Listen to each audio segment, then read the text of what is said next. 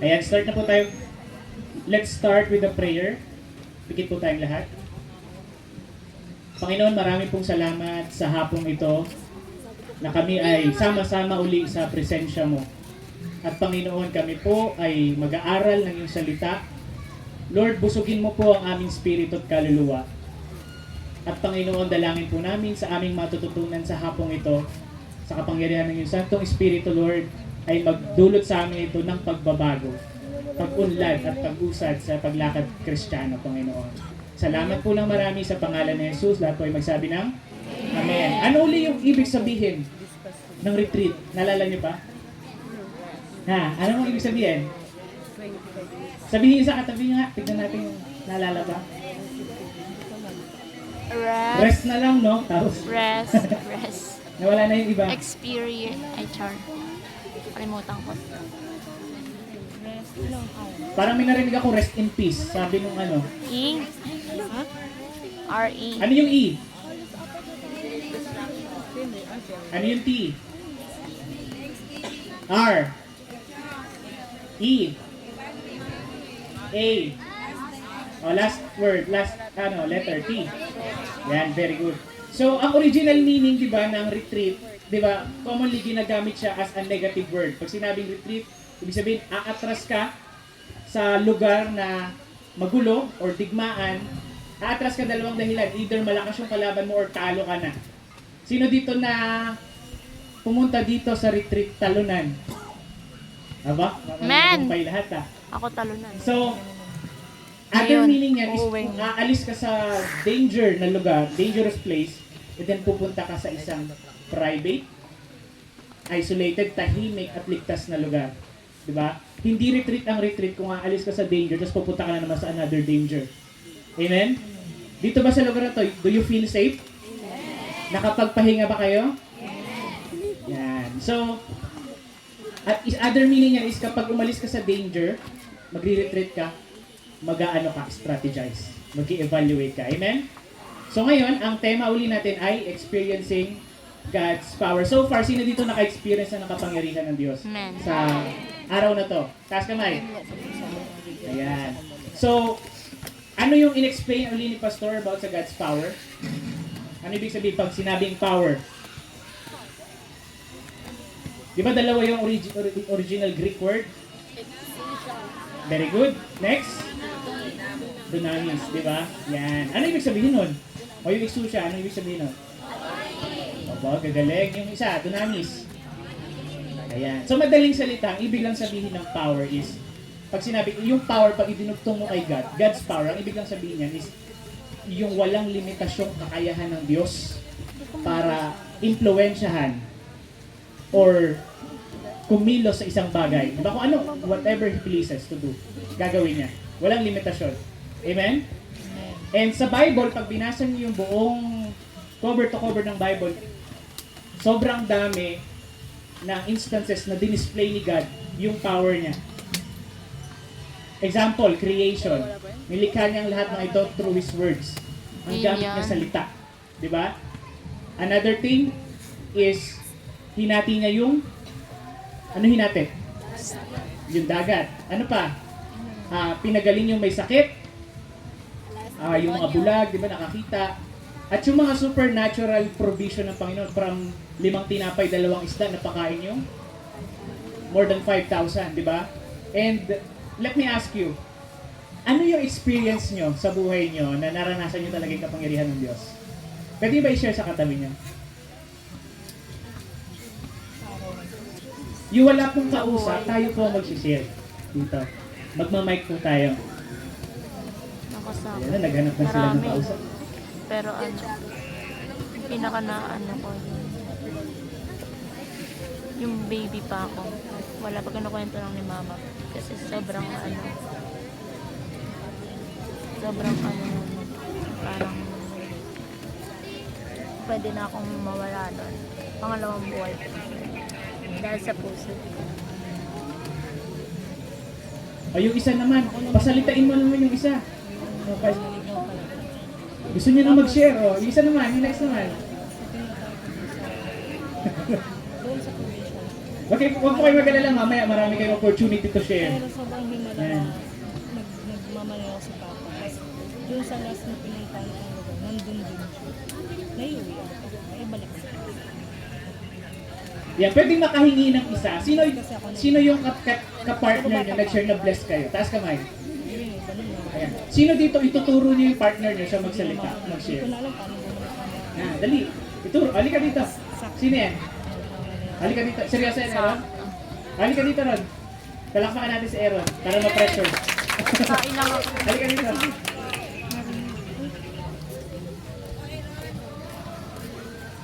Mamaya ituro mo naman yung nagturo sa'yo. Halika dito. Oh, ibahagi mo sa amin, paano mo naranasan yung kapangyarihan ng Diyos?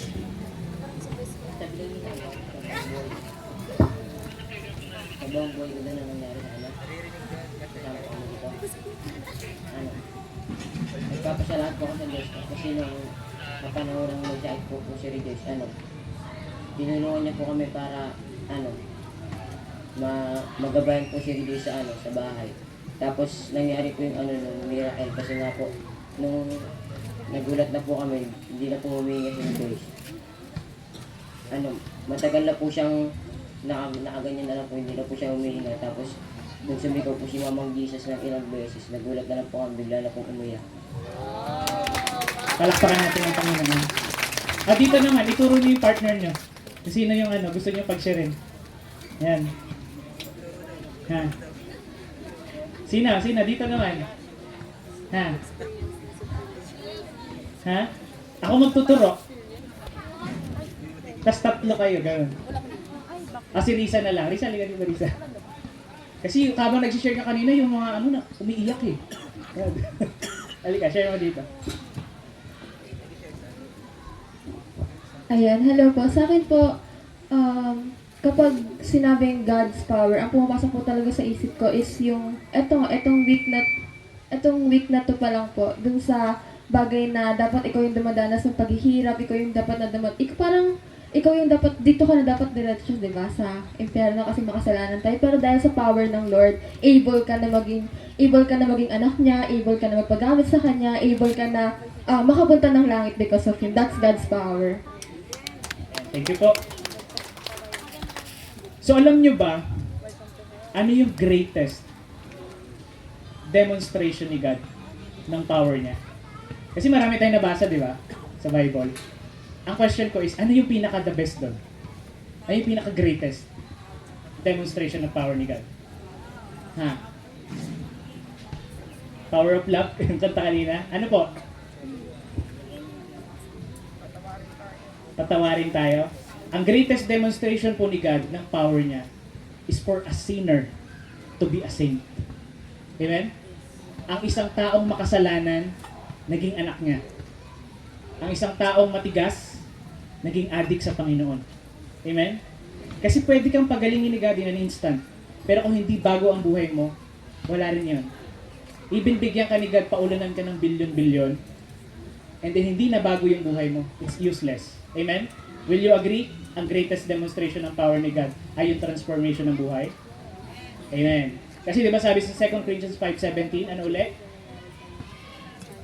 Ang sino man ang nakay Kristo ay isa ng bagong nilalang. Di ba?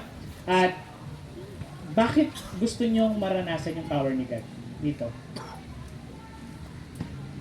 Pwede niyo tanongin yung katabi niyo. Ba't gusto mong maranasan yung power ni God? Pwede naman, di ba? Pwede namang mag-swimming na lang tayo. Di ba? Bakit may power pa ni God na kasama?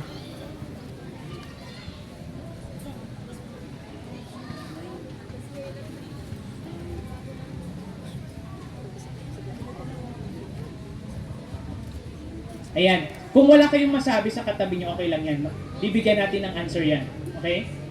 So, dapat nating maunawaan, o tingin na dito, dapat nating maunawaan na dito sa mundo, yung buhay natin, may mga bagay tayong pinagdadaanan at hinaharap na hindi natin mapapagtagumpay sa sariling lakas. Amen? Sino dito kaya mo buong buhay mo magtatagumpay ka sa tukso at pagsubok? Wala po, di ba? Sino dito kaya mo hindi magkasala sa loob ng isang taon. Yung mga bagay na imposible. Sino dito kaya mong iligtas yung sarili mo sa impyerno? Wala. We need the power of God. Sabihin mo sa katabi mo, you need the power of God. Ayan. Alam niyo ba, nung 1945, sino nakapanood ng Pearl Harbor na movie? Yung gera, yung mga Japanese, binomba nila yung Hawaii. Naalala niyo na?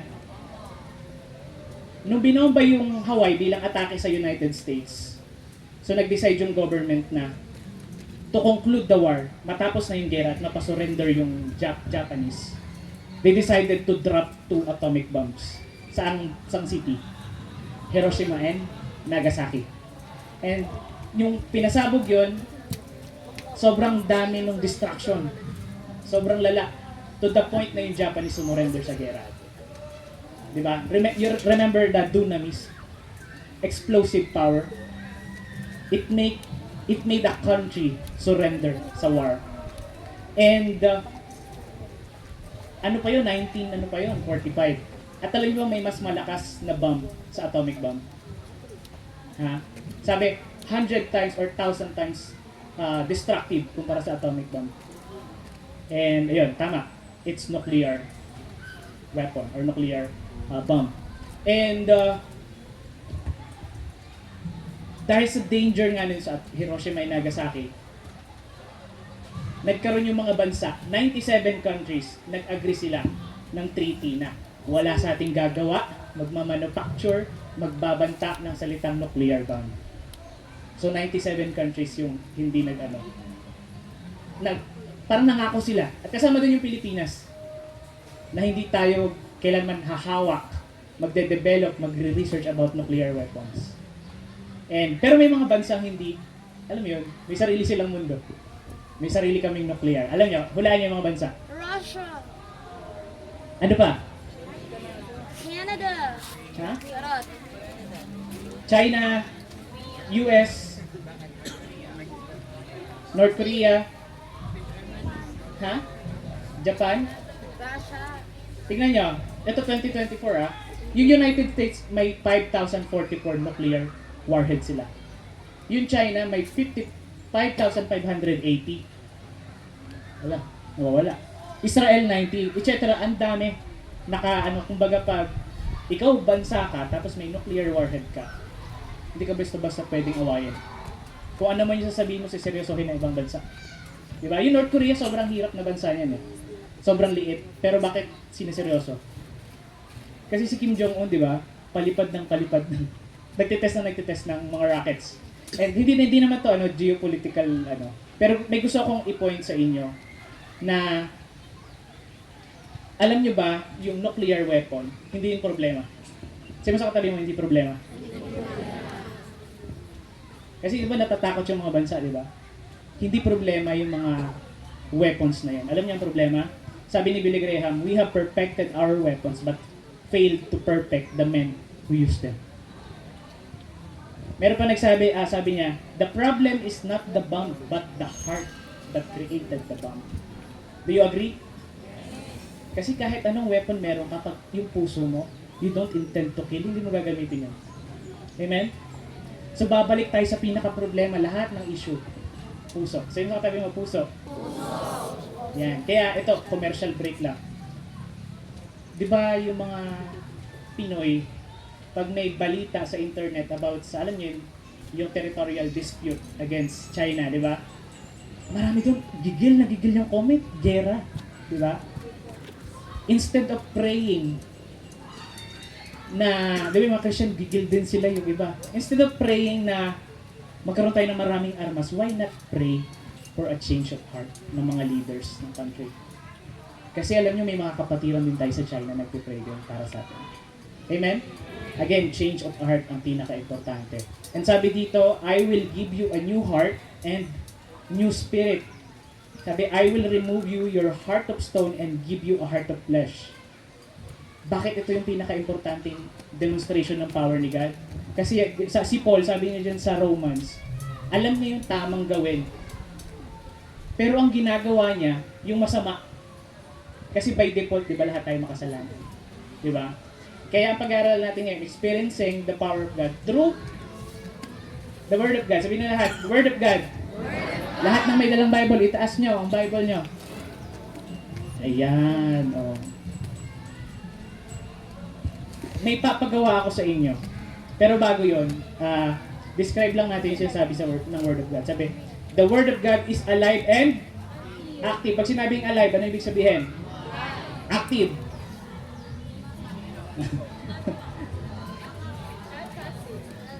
Sabi pa dito, all scripture is God, hiningahan ng ano? Ng Diyos. If you will remember, ano-ano yung mga hiningahan ng Diyos sa Bible? Ha? Si Adan? Di ba from alabok, hinubog ng Diyos at hiningahan at sabi, and it became a living soul. Imagine niyo isang hingahan lang ng Diyos, ngayon 8 billion na yung mga tao. Di ba? Imagine the Word of God, hiningahan ng Diyos. Di ba? So, sabi pa dito is, in the beginning was the Word, and the Word was with God, and the Word was... So, ibig sabihin pala, every time you engage sa Bible, every time you open your Bible and binasa mo yung salita ng Diyos, you are encountering God face to face. Amen? Because the Word is God. Yan, tingnan niyo yung Bible niyo ulit. Tingnan niyo yung mga letra. Tingnan niyo yung mga salita dyan. Habang tinitignan niyo, isipin niyo, you are facing God. Amen? Pag tinitignan niyo, hiningahan niya ng Diyos. Hindi yung mismong papel, I mean, the content ng Bible. Amen? So ngayon yung may mga papel, okay, taas nyo nga ulit, patingin na may mga papel. O, panulat. Ayan, very good. So ngayon, ang papagawa ko sa inyo, pwede to open Bible Kung may data kayo, why not? Ano yung powerful effects ng Word of God sa'yo? Bigyan kayo ng 5 minutes. Paramihan, dali, paramihan. Lista nyo, ano yung powerful na epekto ng salita ng Diyos sa tao? 5 minutes. Sige, pwedeng buksan yung Bible Tignan natin kung sino makarami. Ang marami, pinakamarami, may surprise.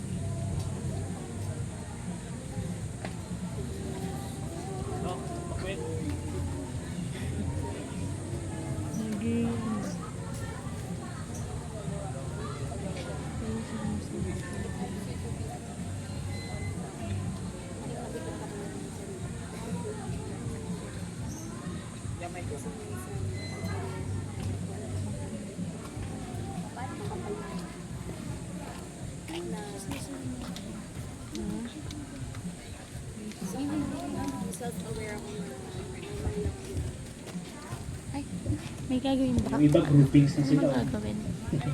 Ano daw yung... O baka dyan magkopya pa Ano ba yun? Pwede naman by experience kung ano yung naranasan mo sa Word of God, ano yung naitulong sa'yo. Effect of God's word. Kaya sulat mo, nakatulong po nung heartbroken ako.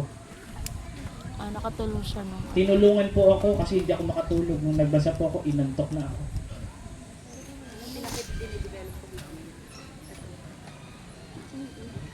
Last 3 minutes. May exam pala, no? Di na-inform. Kala ko magsiswimming lang.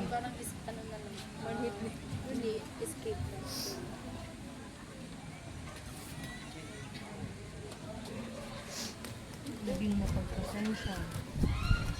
Ako. Mas naging mapagmahal. Naging maganda. Oo.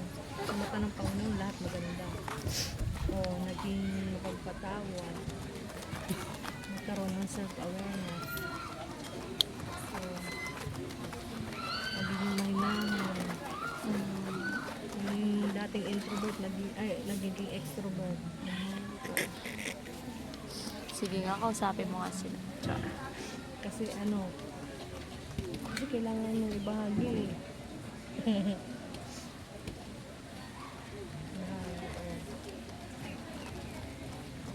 Sin. It's a blood. 1 minute and 30 seconds. It's a blood that sets me. It's a blood that sets. It's the blood that sets me.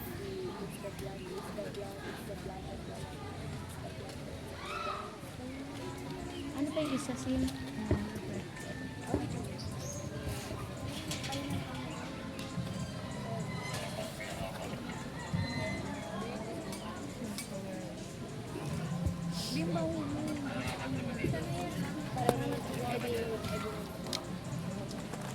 It's a blood that sets me free.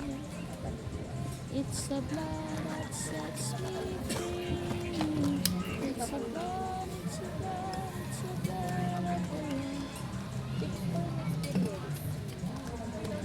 30 seconds.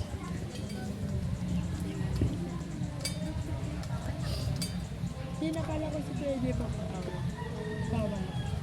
Sin. Alam ko si pwede mamaya.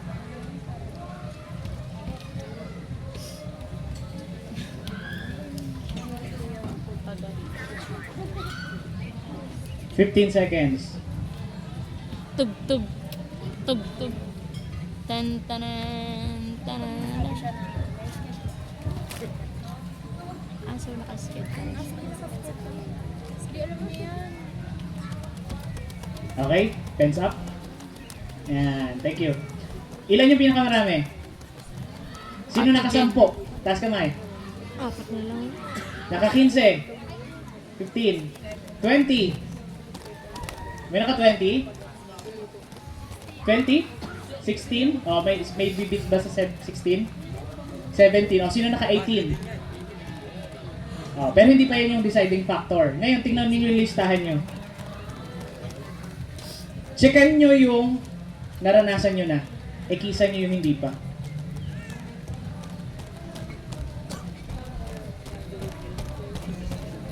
Ito nga yung lahat. Ito nung nabasa ko. Ito na naranasan ko. Ah, so lahat, baga parang ano, tapos yung mga naranasan mo pa.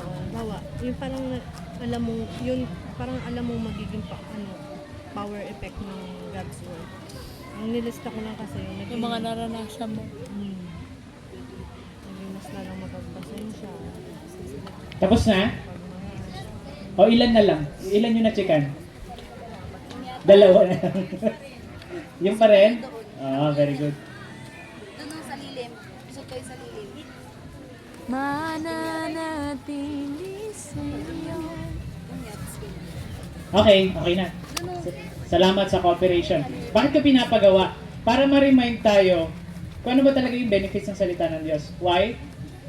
Kasi hindi ka mag-i-invest sa isang bagay na hindi mo alam na beneficial. Amen? Walang businessman na nagtayo ng business na ang isip niya gusto niyang malugi. Pag nagtayo ka ng business ang gusto mo, tutubo ka, lalago at magmumultiply yung negosyo mo. Amen?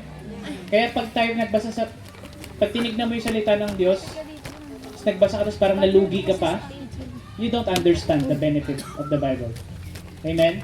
At kapag naunawaan mo ang salita ng Diyos ay may importante, papahalagahan mo siya.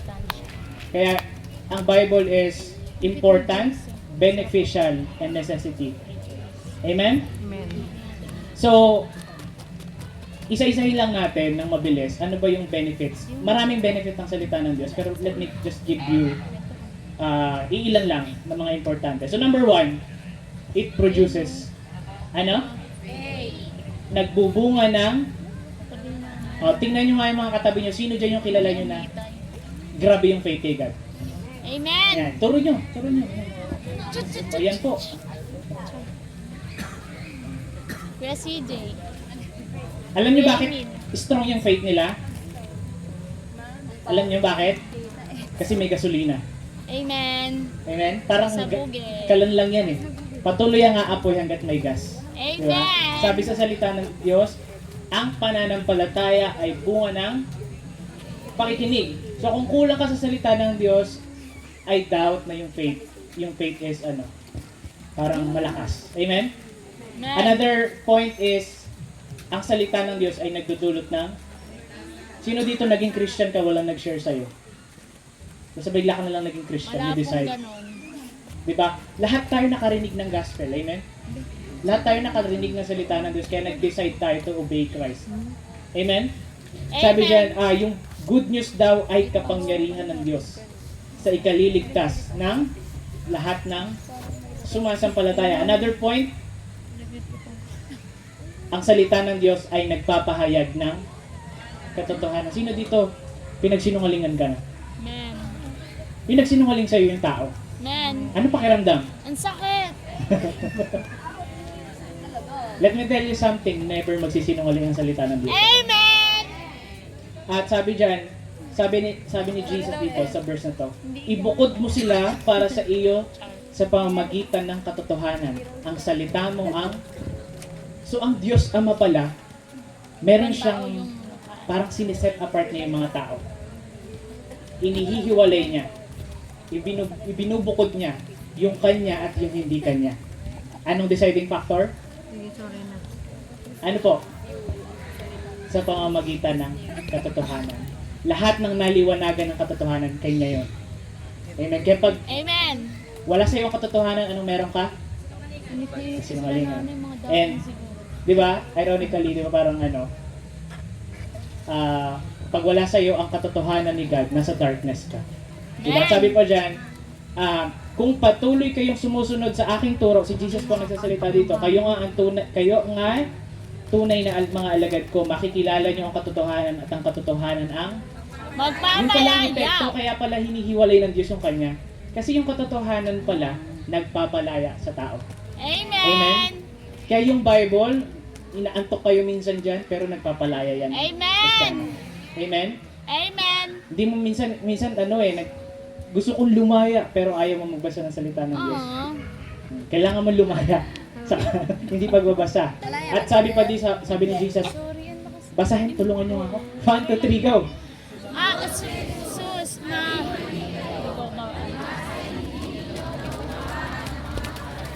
Tapos ay teaching. So, dalawa yung binanggit, kapangyarihan and kasulatan. Dahil hindi nila naiintindihan yun, ang sabi, maling-mali sila. So, ikaw ba yung Kristiyanong mali-mali sa pamumuhay mo? Baka hindi mo kasi lubusang inuunawa ang salita ng Diyos. Amen? Another point, it reveals the heart. Sino nakakaalam dito sa lie detector test? Man. Sino na yung na lie detector test? Hindi pa po. Ayan. Alam niyo ba yung lie detector test? Hindi siya kinikilala sa korte Man. na ebidensya.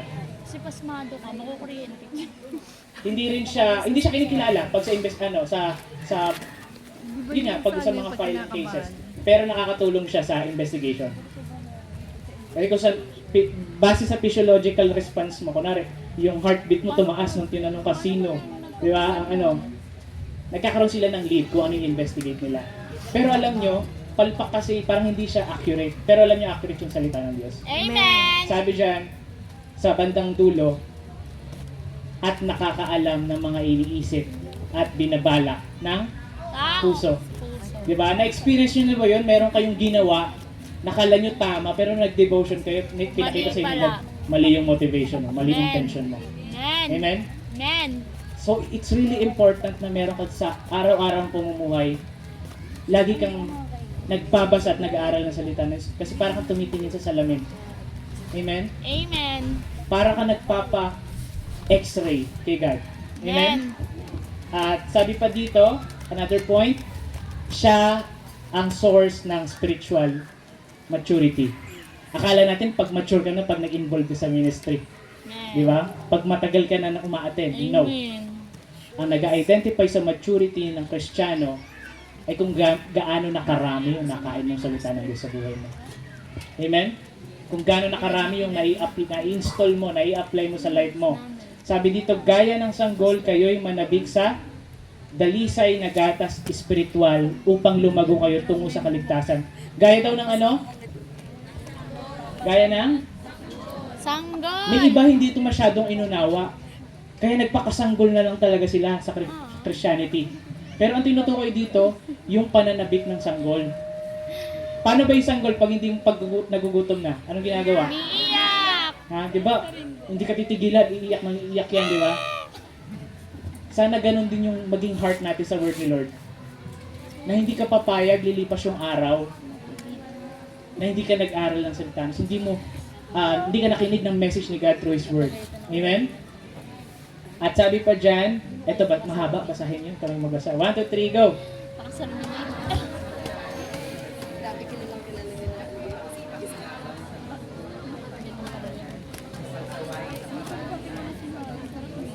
ako naman. Balik tayo na. Papabigay ako siya.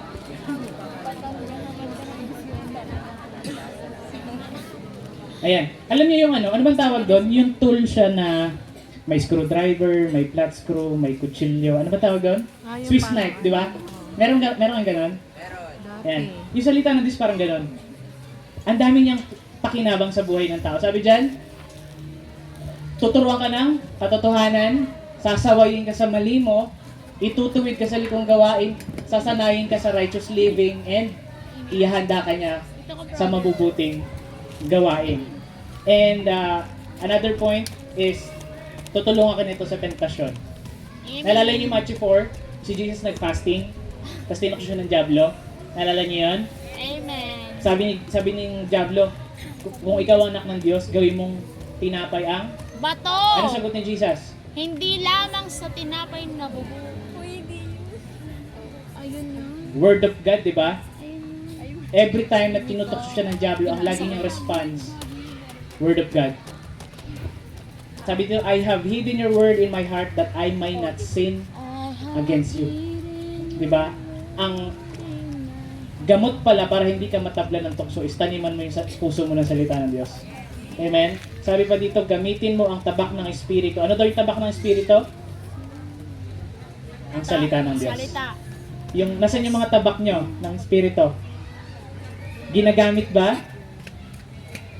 Ayan. Pinapambakan. Another thing, anumang nasa kasulatan noon, pang-una ay nasulat sa ikatututo natin upang sa pamamagitan ng pagtitiis at sa pagpapalakas ng loob mula sa kasulatan ay magkaroon tayo ng pag-asa. So yung salita ng Diyos pala, pag ikaw nag-i-struggle sa life, ini-inspire ka niya maging faithful. Amen! Amen?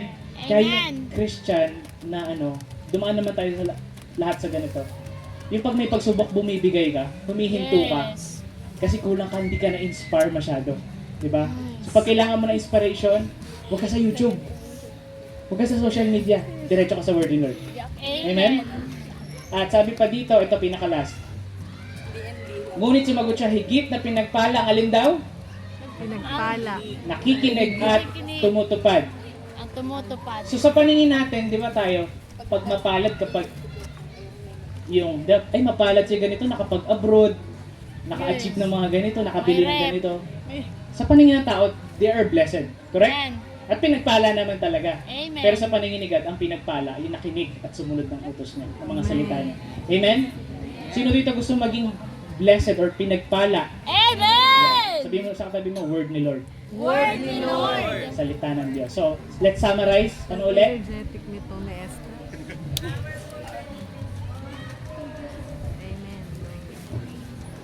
Ayan. So ngayon, application na tayo. Ready na kayo? Sino dito yung nagde-devotion na? Sino yung hindi pa? First time nyo lang narinig yung devotion. Taas kamay. Madumi to. Yan. Tuturuan ko kayo mag-devotion. Paano ng salita ng Diyos. Basic lang. Okay? So, ano tayo? How to make God's Word part of your daily life. Paano siya magiging parte ng araw-araw na buhay mo. Sabi dito sa Joshua 1:8, kabisado lang lahat to. 1, 2, 3, go! Ha?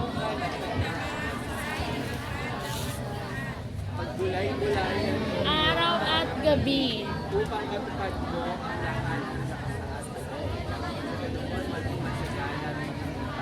Iyong buhay. Ano yung, tingin nyo, ano yung tatlong dapat gawin mo? Pagbulay-bulayan. Basahin, number 1. Basa. Huwag mong kaligtaan. Pagbulay-bulayan, pangatlo. Huwag kaligtaan. Matupad. Very good. So, parang magbasa, magbulay, matupad, tapos anong epekto? Masagana at matagumpay. So, alam nyo, sino dito gusto maranasan mo yung power ni Lord sa pamamagitan ng salita niya? Amen! Yes, am I? Let me see. Okay. Pag yung Bible binubuklat natin, di ba may expectation tayo? May encounter natin yung power ni God. Tama? May expectation tayo. Do you know that the Bible, yung word ni Lord, may expectation din sa'yo? Do you want to know? Gusto niyo malaman?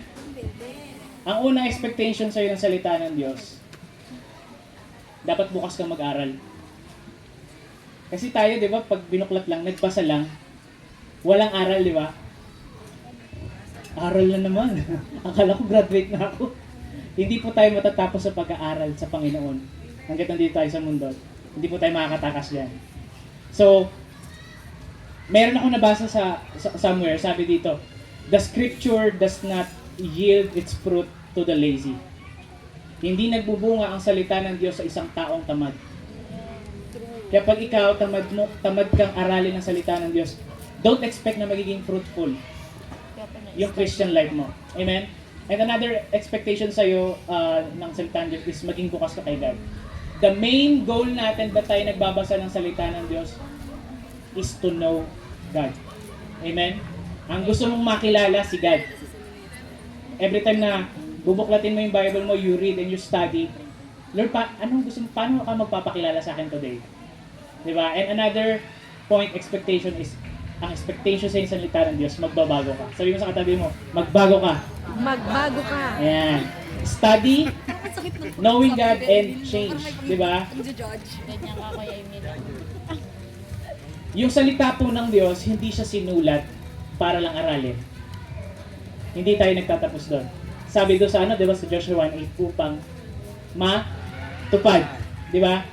Hindi lang sinulat ang Bible to entertain us, but to change us. Diba? To transform our lives. Amen ba? So ngayon tuturuan ko kayo, ito yung quote natin for this afternoon. The Bible does not yield its fruit to the lazy. Diba? And bigyan kayo ng practical steps. O, yung mga hindi pa nagde-devotion, tutulungan ko kayo. So, ano bang ginagawa pag devotion? Ano yung salitang devotion muna? O yung may pupunas ka, tapos may panyo, may pupunas ka sa Hindi, ang devotion po is you all committed yourself to do something. Inilaan mo yung sarili mo na gawin yung isang bagay araw-araw. Amen? Anong mga practical step ang pwede ko i-suggest sa'yo? Number 1, maglaan ka ng specific na oras. Hindi yung lang, Lord, kailan kaya ako magde-devotion ngayong araw? Bigyan mo ako ng sign. Di ba? Mag-decide ka. Yan. Pwede mo isulat sa papel mo, anong oras ka kaya everyday magde-devotion? Yung iba 2:00 para tahimik na lahat. Diba? May yung mga night owl sa gabi. Yung mga early bird naman sa umaga. O isulat mo. Ipakita mo sa kailangan ma-visualize mo na anong oras ka magde-devotion. Ilang minutes ilagay mo.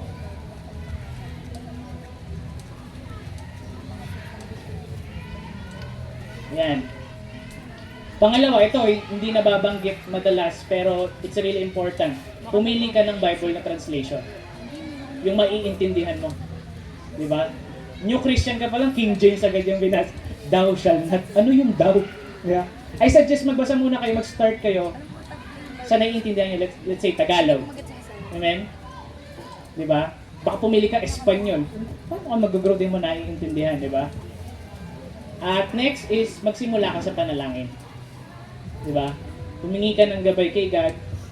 Ano yung papangusap niya sa'yo? Di ba? Kung may mga prayer request ka. And then ito, another optional suggestion lang to. Pumili ka ng specific na aklat sa Bible. Bigyan niyo ako ng example, ano yung mga aklat sa Bible? Kawikaan! Matthew, Mark. I suggest, lalo na sa mga first-timer, magde-devotion, start with the gospel. Ano yung sabihin ng gospel? Yung mga book about kay Jesus. Matthew, Mark, Luke, and John. Start ka muna. Ako kasi dati nung bago ako Christian, alam niyo po saan ako nagsimula? Revelation. Kasi na-amaze ako sa mga dragon. Oo, totoo po yun. Pero kung gusto niyo makilala si God, Gospel. At note po, yung Bible niyo dapat 66 books lang po. 66 books lang po. Pag sumobra po, wag po yun. Yan. And, next is, ano yung next? Yan. Dito na yung dito na nag-i-struggle yung ilan. So, kung kaya nyo pong maglagay ng listahan sa mga bibilin nyo sa grocery, kung kaya nyo ilista yung may mga utang sa inyo, dapat kaya nyo rin ilista yung natutunan nyo sa salita ng Diyos. Amen? So, tutulungan kayo, paano ba mag-journal? Bigyan ko lang Joshua 1:8 format. So, number 1, observation. Ano yung nakikita ko sa salita ng Diyos? What do I see?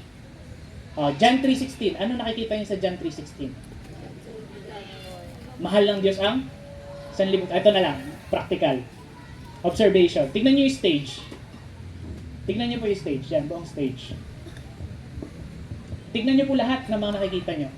Anong meron sa stage? Ilan yung ilaw? Yan. Pag sinabi kong go, pikit 1, 2, 3, go. Pikit lahat. O kaya mo isa-isahin lahat ng nakita mo? Sabihin mo nga lahat ng nakita mo habang nakapikit ka. Ilaw. Bulak-bulak. Tapos, meron din encounter. Yung team, experiencing God's power. Tapos, 2020. Hanggang ilaw na lang yung iba. Ilaw number 1, ilaw number 2.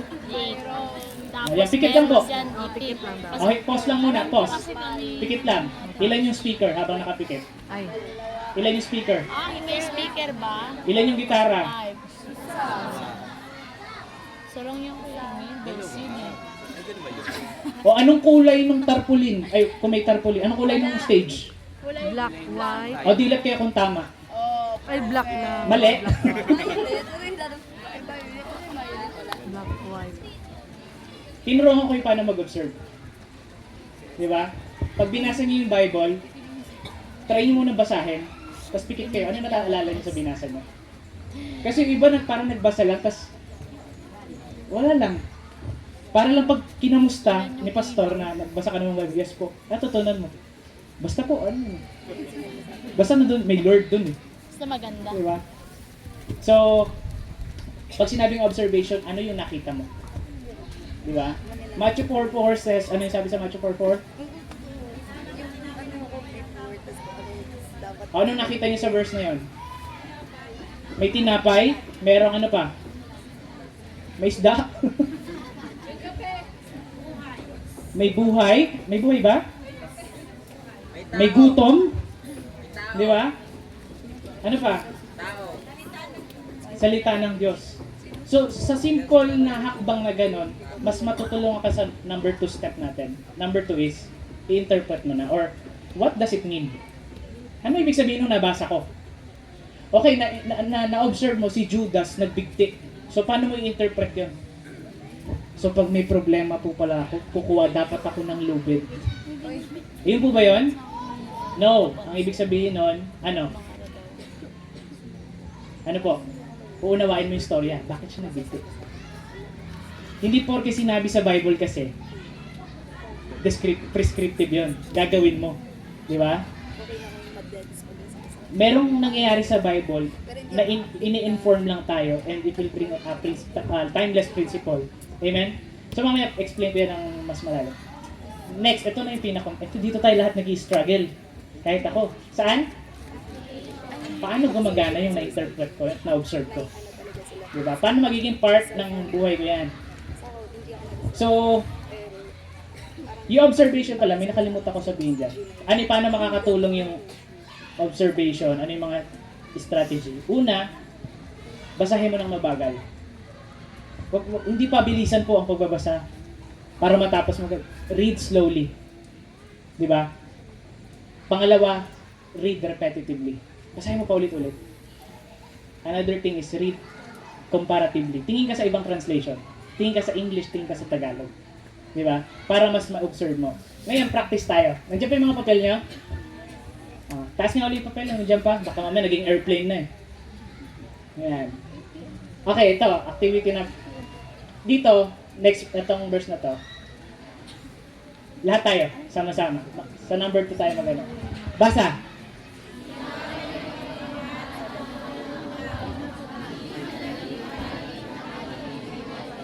Siya ay mabuti at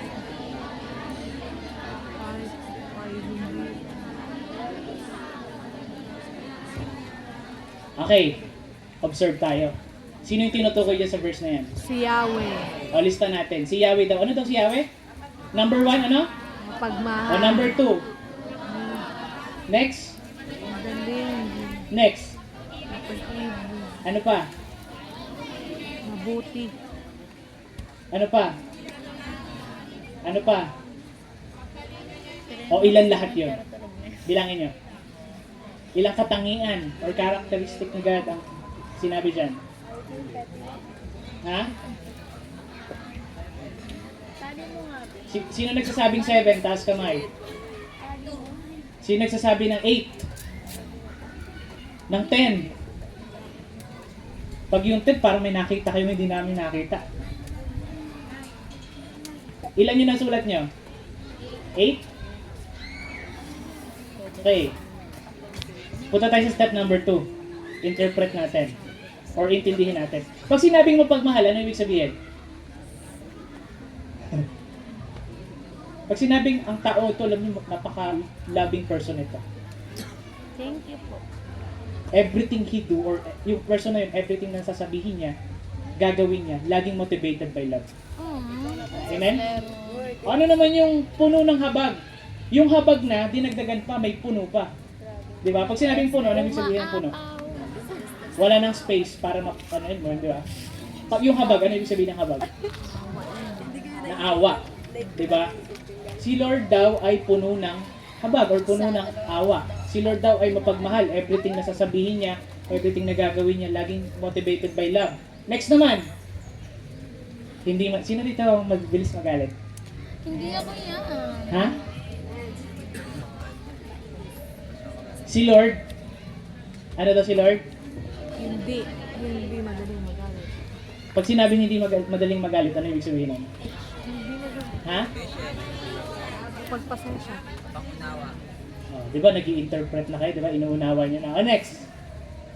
Pag-ibig ay wagas. Kanina may mapagmahal din, pero dito dinescribe yung pag-ibig niya. Ano daw yung pag-ibig niya? Ano yung wagas? Infinite love. Ha? Tunay, walang kapantay, walang katapusan. O, di ba yung, compare natin yung tao pag nagmahal. Di ba minsan transactional? Nag-expired. Di ba minsan, pag ganito ka, mamahalin kita kung ganito ka. Pag di ka na ganito, babay na. Di ba? Pero si God, ang sabi ng pag-ibig niya ay Wagas. walang katapusan. Nakikilala niyo si God ngayon? Di ba? Next. Siya ay, madali ito. Ano yung mabuti? Mabait. Anong next? Yung Diyos pala natin, hindi ka pala niya favorite. Favorite niya tayo lahat. Or wala siyang, alam mo yun, special someone, di ba? Thank you, Lord. Hindi siya nagtatangi, di ba? Next. Sa kanyang nilikha, o sino, ano yung mga nilikha? Isa-isa yung nilikha. Tao, Ngayon. ano pa? Bahay lupa, may bahay lupa ako narinig. Langit, lupa. Puno, kalikasan, di ba? Ha? Hangin. Sa lahat daw ng creation ni God, ano daw siya? Kinakalinga niya yung mga creation mo. Nakilala niyo si God kahit sa parang 5 minutes? Si Lucifer din Ha? honey. Papunta tayo sa application. Paano natin na-apply yan? Kuya, nabasa ko na. Nakita ko na, naintindihan ko na anong karakter meron si God. Ngayon, pag-usapan natin, paano mo na i-apply yan sa buhay mo? Ha? O kung si Lord, puno ng habag, hindi madaling magalit, paano mo i-apply yun? Magkocontrol ka na ng hindi ka na madaling magalit. Di ba? Tinalo mo pa si Lord, ang bilis mo magalit. Di ba? Pag magpe-pray ka, ihingi ka sa Diyos ng mga pangangailangan at may pagsubok ka, paano mo natitignan yung Diyos na pinagpe-prayan mo? Mahabagin pala siya. Mapagmahal pala siya. Mabuti pala siya. Di ba? So pag nagpipray ka na, may confidence ka na pag nagpipray ka kay God. Amen? Amen! Pag nag-worship ka na enjoy mo na yung mga lyrics. Kasi, mahal pala ako ni Amen! God. Hindi pala nagtatangi si God. Di ba? Si Lord pala kinakalinga niya lahat yung creation niya. Ba't ko sinisipa yung pusa? Di ba? Hindi na ako maninipa ng pusa. Joke lang yan. So, okay. Tinulungan ko na kayo ha. Oh, ngayon, kayo personal. Ito yung next verse natin. Ayan. Kanina binasa nyo na yan eh. O isa-isahin nyo ano yung ginagawa ng salita ng Diyos. Observe nyo, interpret nyo, then paano natin i-apply. O para kayo nagde-devotion na ngayon. O di ba may devotion na kayo today. Ano yan? 2 Timothy. Ay, lobat na pa lang sa Bigyan ko kayo ng 5 minutes lang para ano. Tignan, bilangin nyo kung ilan yung ano, paano dinescribe yung salita ng Diyos ha.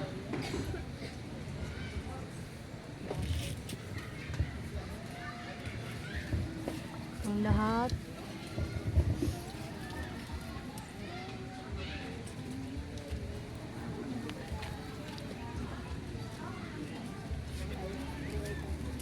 Pwede po kayo lumapit pag masyadong maliit. Nakapit ako dito, tabi ako sa... O kaya zoom nyo yung camera nyo doon. Kahit zoom ko ito, mali. Hindi kita. Tabi ako.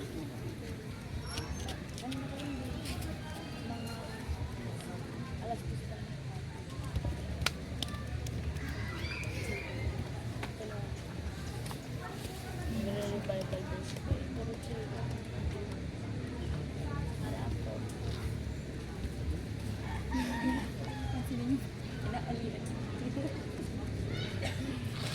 Kailangan na ito. Antok ka na. Dali ka ni Red Cell. Ay, ano yun? Diyan ako sa ring ako.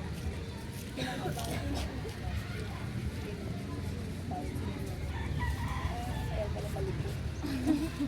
Ganyan yun. Ano ka palikot? Ay, siya naman yung nagbilago. Ayaw ko nabibilag kayo. Diyan ako nag-isa ko guys. Ganda na di abot.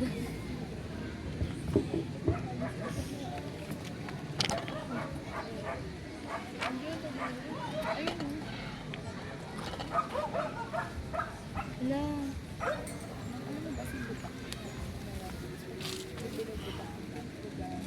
Kaya ko yung kanina, ano, nakadalawa ka na. Hugas ka. Hugas kung mangus ka. Hirap kung magpapay.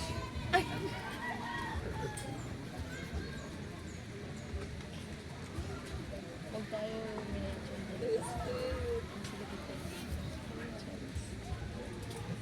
Worship team.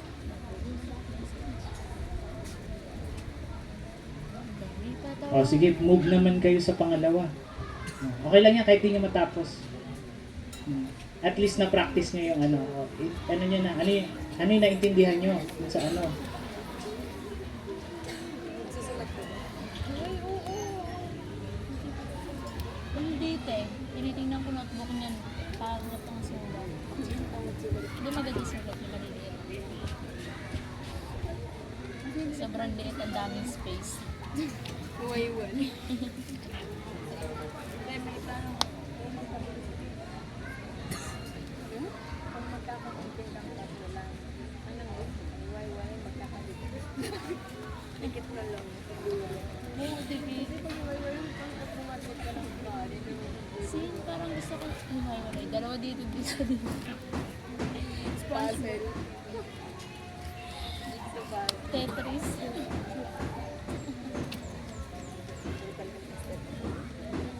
Baka nandun pa rin sa activity number 1 ha. Baka sinusulat nyo yung number 1 pa din ha. Mahal naman. Kupito. Ano ba naman sa akin? Nag-aawat. Sin, ano yun? Okay, pause muna. Punta tayo sa application. Yung application lagi, pag isusulat niya application, laging ano tawag sa salita? Ang gagamitin yung salita, ako, Ayun, tumanggi ako dito. ko, Nung makatanong. ipo-personalize nyo na. Lagi na po akong magbabasa. Hindi po ako papayag na ang araw ay lilipas na hindi ko bubuklatin ang Bible. Mga ganon, di ba? Hindi ako makapag- Hindi po ako magpe-Facebook hanggat hindi ako nagte-devotion. Wow. Ia-uninstall ko na po ang, ang ML, joke lang. Hindi ako mag-ML kasi wala ako nun. Ayan, ano yung mga application nyo? Tulong ako kayo para mabilis. Sino yung lingkod ng Diyos dito? Turo nyo nga. Sino yung lingkod ng Diyos? Ituro nyo. Ha? Sino? Ba't ako? Lang, alam ko kung mas best ko. Turo mo yung sarili mo. Ikaw yun. Paano ka maghahanda at magiging ganap sa mabubuting gawain? Anong dapat mong anong mangyari sa'yo? Dapat maturuan ka ng katotohanan. Dapat sawayin ka. O, di ba? O, ano nang gagawin? Dapat teachable ka na. Pag nirebuke po ako, Hindi, natanggal. hindi ako babawi. Di ba? Ang cute mo. Hindi ako di ko rin, ikaw nga eh. Di ba? Bangkit ka na. Magpapasalamat ka na. Kasi hindi ka pala magiging ganap at handa kapag hindi ka natuturuan ang salita ng Diyos. Next, tinutuwid ka sa likong gawain. So pag sinabing itinutuwid ka, hindi mo lalong titigasan yung pagkabaluktot mo sa buhay, di ba? Yan. Magiging kang para kang alam niyo yun, kinuhulma ka, nagpapasakop ka kung paano ka kinuhubog ng Diyos. Next, pagsasanay sa matuwid na, ang matuwid palang pamumuhay, nakita natin dyan, pinagsasanayan pala yan. Pinagpapractice. Hindi pala aksidente nagiging mabait ka. Pag sinabi nagsasanay, ano ibig sabihin? Minsan yung practice mo, ang ganda. Minsan sablay, ups and down, di ba? But the important thing is nagpa-practice ka. Araw-araw. So ano nang gagawin mo? If you want to be, na maging ganap at handa sa mabubuting gawain, you need to practice righteous living. Amen? So marunong na kayo mag-devotion, yung iba. So ngayon, makakatulong din sa inyo yung, ito, last tip. Pwede kayong magsulat sa mga sticky notes. Kaya sa bond paper, sulat niyo yung mga verses, idikit niyo sa pader. Huwag mga K-pop po, joke lang. Idikit niyo yung mga verse. Ay, yung kapatid ko na magbo-board exam sa pagiging police. Lahat ng lesson, nakapost doon, wala na akong masabitan ng ano. Puro kartolina na. Natuto na din ako sa pinag-aaralan niya. So, important yung may nakikita kayong verse. Na-memorize niyo pa. Amen? So, marunong na kayo mag-devotion. So, bukas ng umaga, magagamit niyo na ba yan? Ayan. So, let's close in prayer. Pikit po tayong lahat. Lord, salamat po sa hapong ito na yung mga anak mo, Lord, ay na-train, na-equip, Panginoon, para mas lalo pa silang mag-grow sa spirit nila through your word of God, Panginoon. Lord, tulungan mo sila. Lord, kahit anong aral namin, kung di mo kami sasamahan, Holy Spirit, hindi po kami maliliwanagan. Help us, Lord. Ikaw po yung best teacher na meron kami. And God, give us a humble heart, a teachable heart, Panginoon. And dalangin po namin na yung salita mo, Lord, ay hindi lang kami matuto, kundi mabago kami, Panginoon. Salamat po. Ito po kami dalangin sa pangalan ni Jesus. Lahat po ay magsabi na, Amen. Yan. Next subject po ay recess. Thank you.